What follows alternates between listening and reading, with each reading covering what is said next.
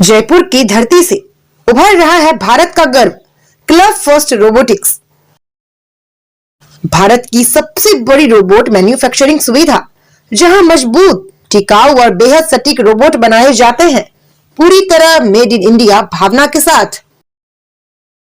हम लेकर आए हैं जीना और कृष्णा, अत्याधुनिक एआई सक्षम फायर फाइटिंग रोबोट्स, जो ऑयल, गैस, ऑर्डिनेंस, केमिकल और एक्सप्लोसिव जैसे सबसे खतरनाक वातावरण में जान बचाने के लिए तैयार किए गए हैं, जहां इंसान नहीं पहुंच सकता।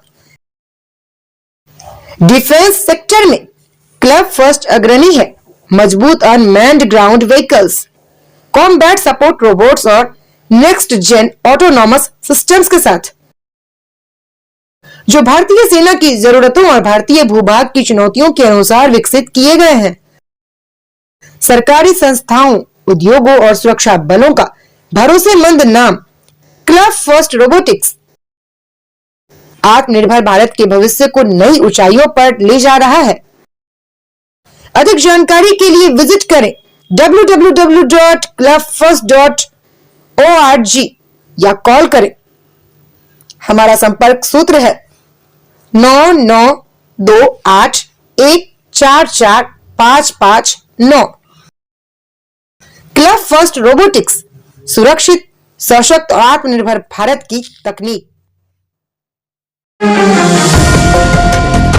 देश भर के मौसम को लेकर बड़ी खबर। उत्तर भारत में शीतलहर और कोहरे का प्रकोप जारी है। भारतीय मौसम विभाग यानी कि आईएमडी के अनुसार मध्य भारत, पूर्वोत्तर भारत, पश्चिम बंगाल, सिक्किम के कई हिस्सों में अगले 2 से 3 दिनों के दौरान सुबह के समय घना कोहरा छाए रहने की संभावना है।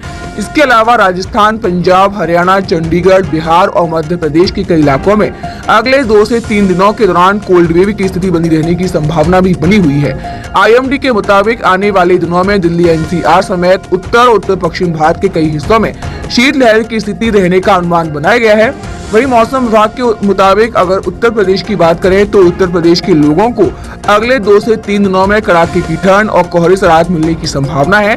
धूप निकलने के कारण कोहरे और ठंड के बीच कमी आएगी। कई इलाकों में बूंदाबांदी के भी आसार बने हुए हैं। राजधानी लखनऊ और आसपास के इलाकों में आने वाले दिनों में सुबह के समय हल्की धुंध देखने को मिलेगी। मौसम विभाग के अनुसार राजस्थान, पंजाब, हरियाणा, उत्तर प्रदेश में कोहरे के साथ ठंडी हवाएं चलेंगी। वहीं बिहार, झारखंड और मध्य प्रदेश में भी कोल्ड वेव का असर दिखाई देगा। पूर्वोत्तर राज्यों की बात करें तो अगले 2 से 3 दिनों तक कोहरे के बाद धीरे धीरे तापमान में हल्की संभावना की गिरावट बनी हुई है। वहीं दक्षिण भारत की बात करें तो दक्षिण भारत में तमिलनाडु और केरल के तटीय इलाकों में बारिश और तेज हवाओं का दौर जारी रह सकता है।